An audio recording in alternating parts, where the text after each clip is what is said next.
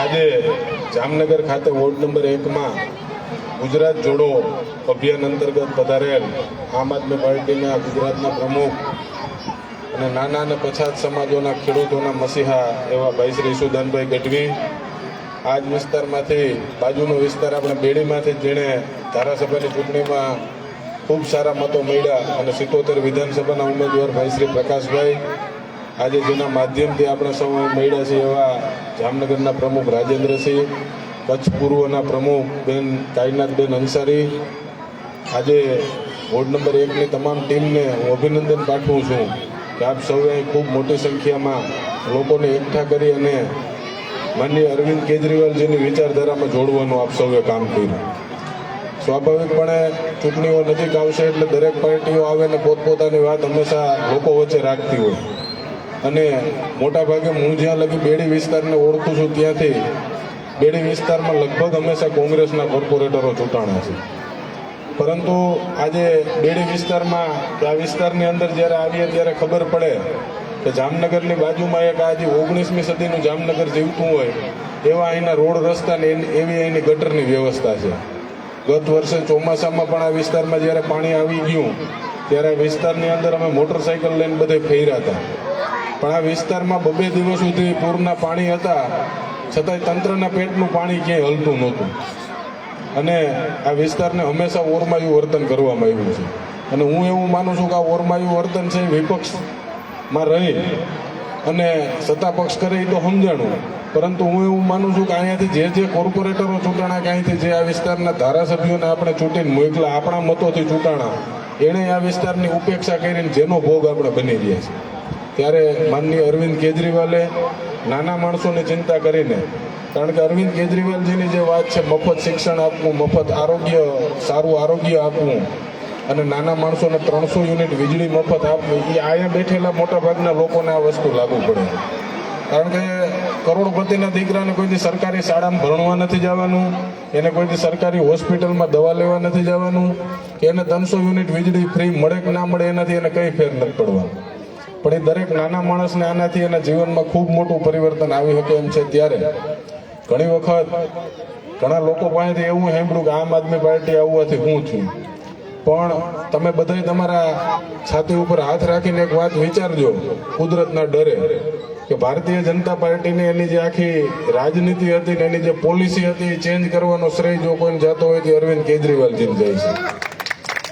જેટલા રાજ્યોમાં ભારતીય જનતા પાર્ટીની સરકારો બની ત્યાં ભારતીય જનતા પાર્ટીએ મફત વીજળી આપવાની વાત કરવી પડી, મફત ગેસ સિલિન્ડરો આપવાની વાત કરવી પડી અને આ પ્રજાના પૈસાનો સીધો જ પ્રજાને લાભ થાય આવી જો નીતિ લઈ આવ્યો હોય તો એ ભારતના રાજકારણમાં માનનીય અરવિંદ કેજરીવાલજી લઈ આવ્યા છે. ત્યારે આગામી સમયની અંદર ચૂંટણીમાં આપણે સૌએ 30-35 વર્ષ જે પાર્ટીને મોકો દીધો અને જે પાર્ટી આપણા જીવનમાં એક સારો રોડ રસ્તો કે એક સારી ગટર વ્યવસ્થા પણ આપણને નથી આપી શકી, એના કરતાં આ વખતે પરિવર્તનની શરૂઆત 1 નંબરમાંથી થાય અને આપ સૌ આમ આદમી પાર્ટીને જે કોઈ પણ ઉમેદવાર આવે એને વિજય બનાવીને મોકલો એવી આજે તમને વિનંતી કરવા માટે આવ્યા છીએ.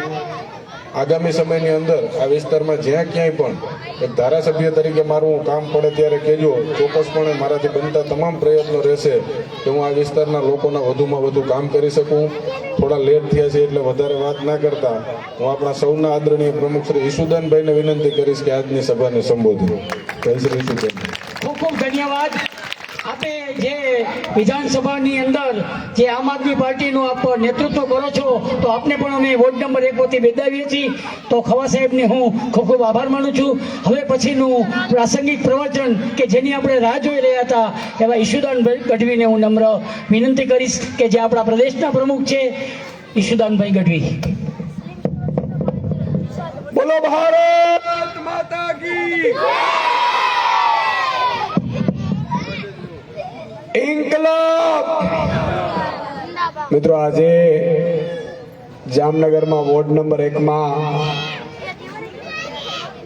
ઉપસ્થિત માનનીય લોકલાડલા ધારાસભ્ય હેમંતભાઈ, માનનીય પ્રકાશભાઈ ડોંગા, માનનીય કચ્છથી પધારેલા કાયનાથબેન અંસારી,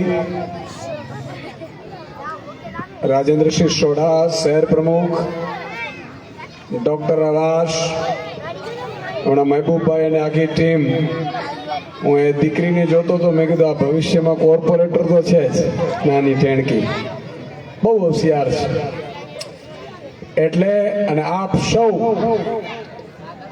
દૂર દૂરથી પધારેલા નાગરિકો, મિત્રો, આજે આઝાદીને 75 વર્ષ થયા. मक्के जोया के वच में कच्छी में कुछ जाओ सिंधी में बरोबर है ने मक्के अच्छी थी कोई आजादी जा 75 वर्ष थी आई विचार करे नो आई અને પાંચ જે છોકરી માટે સારી સુવિધા નહીં. પાંચ જે છોકરા આજે પણ મુશ્કેલી में जीवन गुजारी था. जो गुनेगार के रे ચંદ્ર ઉપર પહોંચી રહ્યા છીએ, આપણે મંગળ ઉપર પહોંચી રહ્યા છીએ, ત્યાંથી લાઈવ અહીંયાથી જોઈ શકાય છે. પણ આપણા વિસ્તારમાં ગટર વ્યવસ્થા સારી લાવવામાં ભાજપ અને કોંગ્રેસ બંને નિષ્ફળ ગયા છે.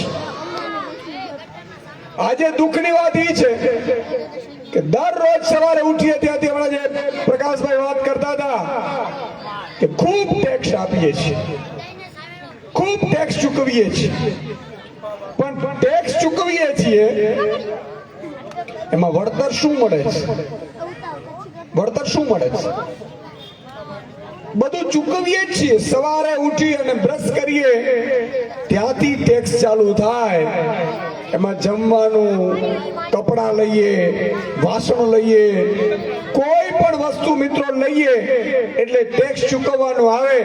અને સાંજે થાકી અને ઘરે સુવા જઈએ ત્યારે એમ થાય કે હા હવે ટેક્સ નથી, પણ નહીં, પંખો ફરે છે ને એના ઉપર ટેક્સ ચૂકવીએ છીએ. આટલું ટેક્સ ચૂકવીએ સરકારને.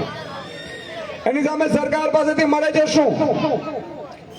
અહીંયા ઇંગ્લિશ મીડિયમની સ્કૂલ હોય તો મને ખબર નથી, છે ઇંગ્લિશ મીડિયમની મહેબૂબ? નથી ને? ઇંગ્લિશ મીડિયમની શાળા નથી. આજે કાયનાત બેન છે, તમે વિચાર કરો, ભણ્યા ગણ્યા હોશિયાર થયા, ડોક્ટર બન્યા, તોય આજે તમારી વચ્ચે ઉભા છે. મહિલા સશક્તિકરણની વાત આવે છે, બેટી પઢાઓ બેટી બચાવોની વાત આવે છે, પણ બેટીને ભણવા માટે સારી શિક્ષણની વ્યવસ્થા ભાજપ ક્યારે આપી નથી. અને ભાજપે નથી આપી. અને કોંગ્રેસમાં દમન ન રહ્યો કે ક્યારે કોંગ્રેસે પણ એ વ્યવસ્થા પૂરી પાડવામાં નિષ્ફળ રહી. આ વાત સાચી છે? સાચી કે નહીં? બરોબર જોયો? તો મિત્રો આજે આપની પાસે એક વાત લઈને આવ્યા છે. બાઇકમાં 1 લીટર પેટ્રોલ પુરાવીએ ને આપણે, 1 લીટર સ્કૂટીમાં કે બાઇકમાં, તો 50 રૂપિયા ટેક્સ ચૂકવીએ છીએ. 50 રૂપિયા. હવે માની લો કે અહીંયા 10,000 બાઇક હોય, ખાલી આ વોર્ડ નંબર 1 માં 10,000 બાઇક હોય, રોજ 1 લીટર પેટ્રોલ પુરાવે અને 50 રૂપિયા ટેક્સ ચૂકવે એટલે 5 લાખ થાય ને. રોજના 5 લાખ ખાલી પેટ્રોલ ભરાવીએ છીએ ને બાઇકમાં, એનો આપણે ટેક્સ ચૂકવીએ છીએ. બીજા બધા ટેક્સ તો અલગ, કરોડો રૂપિયાનો ટેક્સ ચૂકવીએ છીએ. એના બદલામાં શું મળવું જોઈએ? સારી હોસ્પિટલની સુવિધા મળવી જોઈએ વિના મૂલ્યે. સારી હોસ્પિટલ છે અહીંયા? જોરથી બોલો, છે અહીંયા હોસ્પિટલ? મિત્રો 75 વર્ષથી આ મંગળ ઉપર પહોંચી શક્યા છીએ, પણ જામનગરના વોર્ડ નંબર 1 માં હોસ્પિટલ પહોંચી નથી શકાતું. આ સરકારને, વિપક્ષને ધૂળ ચાટવા બેસાડ્યા. એટલા માટે મિત્રો આજે આમ આદમી પાર્ટી આવી છે. આમ આદમી પાર્ટી ઝાડુ શું કામ છે? આ બહેનો અહીંયા મોટી સંખ્યામાં બેઠા છે. સવારમાં ઘરથી માંડીને ફળિયામાં ઝાડુથી બહેનો છે ને ગંદકી સાફ કરે છે. બરોબર કે નહીં? સાવરણો માર્યું હતા ને પાન, તો સાવરણો માર્યો હતો ને ગંદકી ઘરે જ સાફ થઈ હતી. એડી જ રીતે રાજનીતિમાં સાવરણો મારે અને ભાજપ કોંગ્રેસ કે સાફ કે માટે આજે તે પાન ભેરા થયા. ભાજપ કોંગ્રેસ की गंदगी साफ करिए जी खूब जरूर है. कारण कहते ना था नारियो वटो अहिया तो जो नाक होय અસ્કર અને અસ્કર વઠો હે તે આને વિચાર કરે કે નો હંજે એડી વ્યવસ્થા પેદા કર્યું પણ કે અસ્કર કલેક્ટર બની નાચે તો મજા આચે કે નાચે ભાઈ મજા આચે કે નાચે કલેક્ટર બનાણો હે અબડી જો દીકરી વી તો જો નાખો હે બેટા મુસ્કાન હે અને મુસ્કાન જે કતરા બધા સપના હોય બરોબર કે નહીં અને પાણી જરૂરિયાત હે ફરજ હે કે મુસ્કાન નહીં વડી અધિકારી બનીના છે મુસ્કાન તે એન્ટ્રી ને તો મુસ્કાન ને સાકો ગોઠ પાજો વોટ સન્માન કરે તો પાન રાજી થયું ને મુસ્કાન જા મમ્મી પપ્પા રાજી થી કે નથી પણ મુસ્કાન કે વ્યવસ્થા જ નથી ડના મુસ્કાન સવાર દો સંત સુધી વચાડી ભણતી હોય ભણી હજી કોશિશ કરતી હોય સ્કૂલે વજે તો શિક્ષક જ નોય મુસ્કાન ઘરે તો ભૂઈએ છે વરી પાન કે કો કર્યું વાસણ में लगाई બરોબર ચાહતો તો મિત્રો કહેવાનું મારું ભાવાર્થ એ છે કે આપણે આપણા દીકરીનું ભવિષ્ય સુધારવું પડશે આજે અહીંયા ડોક્ટર અબ્બાસ તમે વિચાર કરો મજબૂતાઈથી વાડીનારમાં હોસ્પિટલો ચલાવે એ ભણ્યો તો થયું બરોબર કે નહીં આજે મિત્રો હું એક ગરીબ ને સામાન્ય પરિવારમાંથી આવું છું ખેડૂત પરિવારમાંથી માલધારીનો દીકરો છું મારા બાપુજીએ ભણાવ્યું તો આજે ઈશુદાન ગઢવી ગુજરાતમાં ફરી શકે છે અને ભાજપને કહી શકે છે કે આટલું તમે ખોટું કરો છો કોડાઓ આટલું બંધ કરો મારે આપણી ઈચ્છા એ છે આમ આદમી પાર્ટીની મિત્રો કે આમ આદમી પાર્ટીનો ઝાડુ ને શ્રાવણનો વારો તમે ભાજપનો કમળ અને અત્યાર સુધી આપણે કોંગ્રેસના પંજામાં પણ વિશ્વાસ કર્યો કોંગ્રેસના લોકો પણ સક્ષમ નથી વેચાઈ જાય છે જેમ શાકભાજી ખબર છે બજારમાં વેચાય મૂળાના ભાવ આવે દૂધીના ભાવ આવે એમ દૂધીના મૂળાના ભાવે કોંગ્રેસીઓ વેચાય બરાબર છે કે નહીં મિત્રો આમાંથી પણ બહાર આવવાની જરૂર છે એક વિસાવદરમાં ભાજપે કોશિશ કરી હતી કે વિસાવદરમાં આમ આદમી પાર્ટીના એક ધારાસભ્યને તોડવાની કોશિશ કરી હતી મિત્રો આજ આમ આદમી પાર્ટીના સૈનિકો લાત મારીને ભાજપને ભગાડી દીધી ને આ તાકાત છે આમ આદમીના યુવાનો અને એટલું નહીં ગામે ગામ તાલુકે જિલ્લે નક્કી થઈ ગયું કે હવે કામ કરો ભાજપ વાળાના ધારાસભ્યને સૂચના આવી ભાજપના મંત્રીઓને સૂચના આવી મુખ્યમંત્રીને સૂચના આવી કે કામ કરો નહીં તો વિસાવદર વાળી થાય આ જરૂરી છે મિત્રો તમે વિચાર કરો 2022 પછી આમ આદમી પાર્ટી ની પહેલી ચૂંટણી આવી એ વિધાનસભા વિસાવદર ની આવી ભાજપના સુપડા સાફ કરી દીધા ભાજપને કોઈ હરાવી શકે એમ છે તો એ માત્ર ને માત્ર આમ આદમી પાર્ટી ઝાડુ જ હરાવી શકે છે અચ્છા આપણું સપનું શું છે મિત્રો દિલ્હી ને પંજાબમાં આમ આદમી પાર્ટીની સરકાર આવી મોહલ્લા ક્લિનિક બનાવ્યા આજે મારી માતા બેન દીકરીઓ બેઠી છે તો એક મોહલ્લામાં દવાખાનું હોય નાનું માતા બેન વડીલ જાય દેખાડે શરીર દવા લીએ મફતમાં અને જો વધારે પડતું રોગ હોય તો ડોક્ટર લખી આપે એટલે કોઈ પણ મોટી હોસ્પિટલમાં જાય 1 લાખનું બિલ આવે કે 1 કરોડનું બિલ આવે પંજાબ ને દિલ્હીમાં ફ્રી કર્યું હતું ને આ આમ આદમી પાર્ટી છે આપણે અહીંયા માં કાર્ડ ઘટાવો ને પિતા કાર્ડ ઘટાવો ને આયુષ્યમાન ઘટાવો ને એમાંથી 10 દિવસ નીકળી જાય અને એમાં પાછું એમ કે મંજૂરી નથી આવતી આ નથી આવતું ફલાણું નથી આવતું તો મિત્રો કહેવા હું આવ્યો છું આપણે કોંગ્રેસના મિત્રો અહીંયા આવે છે ચૂંટણી આવે એટલે ફરી વળે આપણે કોંગ્રેસને મત આપવાનું છે કોંગ્રેસને મત આપ કોંગ્રેસે કર્યું હું 30 વર્ષમાં પહેલા 30 વર્ષ સરકાર હતી કોંગ્રેસની ન દવાખાના હતા ન હોસ્પિટલો બનાવી ન કાંઈ થયું ન રોડ રસ્તા વીજળી પણ પહોંચતી નહોતી એ જ ભાજપ આવ્યા માસિયાઈ ભાઈ આપણે કહીએ ને ભાજપ પાછી આવી ભાજપના નેતાઓ તમે જો સાયકલના ફાફા હતા ને અત્યારે હેલિકોપ્ટર લઈને ફરે આ તમારા બધા ટેક્સના રૂપિયા મિત્રો એ ખડકી જાય છે પોતાની હોસ્પિટલો બનાવે પોતાની સ્કૂલો બનાવે પણ જનતાની હોસ્પિટલ ન બનાવે. તમે અહીંયા જોજો, મેં તો જોયું નથી ને ભગવાન દેખાડે નહીં, એ કમલમ બન્યું છે પ્રકાશભાઈ, કમલમ કાર્યાલય બન્યું છે ને. તમે જુઓ, કમલમ કાર્યાલયો ટનાટન હોય ભાજપના, આલિશાન 3 સ્ટાર ને 5 સ્ટાર હોટલ જેવા હોય, ગામ આખાની બૂચ મારે અને કમલમ બનાવે. પણ એની જગ્યાએ સાહેબ સારી હોસ્પિટલ ને સારી સ્કૂલ બનાવત ને તો મારી દીકરી મુસ્કાન જેવી છે ને એ અધિકારી બનીને આવીને તમારા બધાનું ઉજળું કરે, ઘર ઉજળું કરે. આ વ્યવસ્થા લાવવાની જરૂર છે.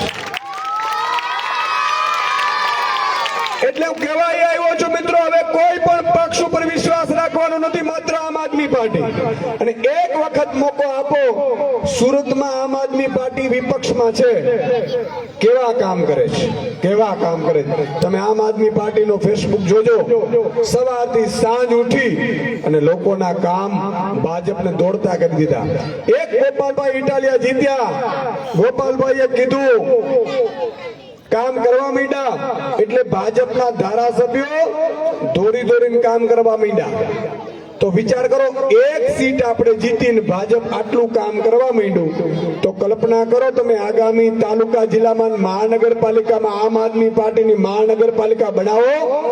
ભાજપ અહીંયા 70 વર્ષમાં કામ નહીં કર્યા હોય ને એટલા કામ તમને 5 વર્ષમાં કરીને આપવાની જવાબદારી અમારી છે સાહેબ. આ કરવું છે કે નથી કરવું? કરવું છે કે નથી કરવું? તો મિત્રો, આમ આદમી પાર્ટીને ઝાડુ ઉપર વિશ્વાસ મૂકવો પડશે. આજે વધારે સમય ન લેતા, કારણ કે હજી બીજી પણ એક સભાને સંબોધનમાં જવાનું છે. પણ છેલ્લે એટલી વિનંતી કરીશ કે એક વ્યક્તિ, માતાબેન, દીકરીઓ, આપણે આપણું સપનું છે કે તમારા દીકરા દીકરીઓ સારું ભણે, તમારા દીકરા દીકરીઓને વડીલોને મફત સારવાર મળે, સારી ક્વોલિટીની સારવાર મળે, ગટર વ્યવસ્થા અને ગંદકી આ બધું દૂર થાય અને તમારે પણ સારી જિંદગી જીવાય અને સારી રોજગારી મળે. અહીંયા મેં જોયું બંદરપુર પર કોઈ રોજગારી જ નથી. 80% રોજગારી આપવાની હોય છે, આપણા દીકરા દીકરીઓને સરકારી નોકરીઓ આપવાની હોય છે. પણ મિત્રો, ભાજપ છે એ પોતાના મળતિયાઓને ગોઠવે છે અને ભાજપને સાથ કોંગ્રેસ આપે છે. એટલે મારી આપને વિનંતી છે કે બે પાર્ટીને મૂકી દેશો એટલે આપણું ભલું થશે, આપણું ભવિષ્ય ઉજળું થશે. આટલું કહીને વિનવું છું. છેલ્લે એક નારો લગાડીશું, બોલો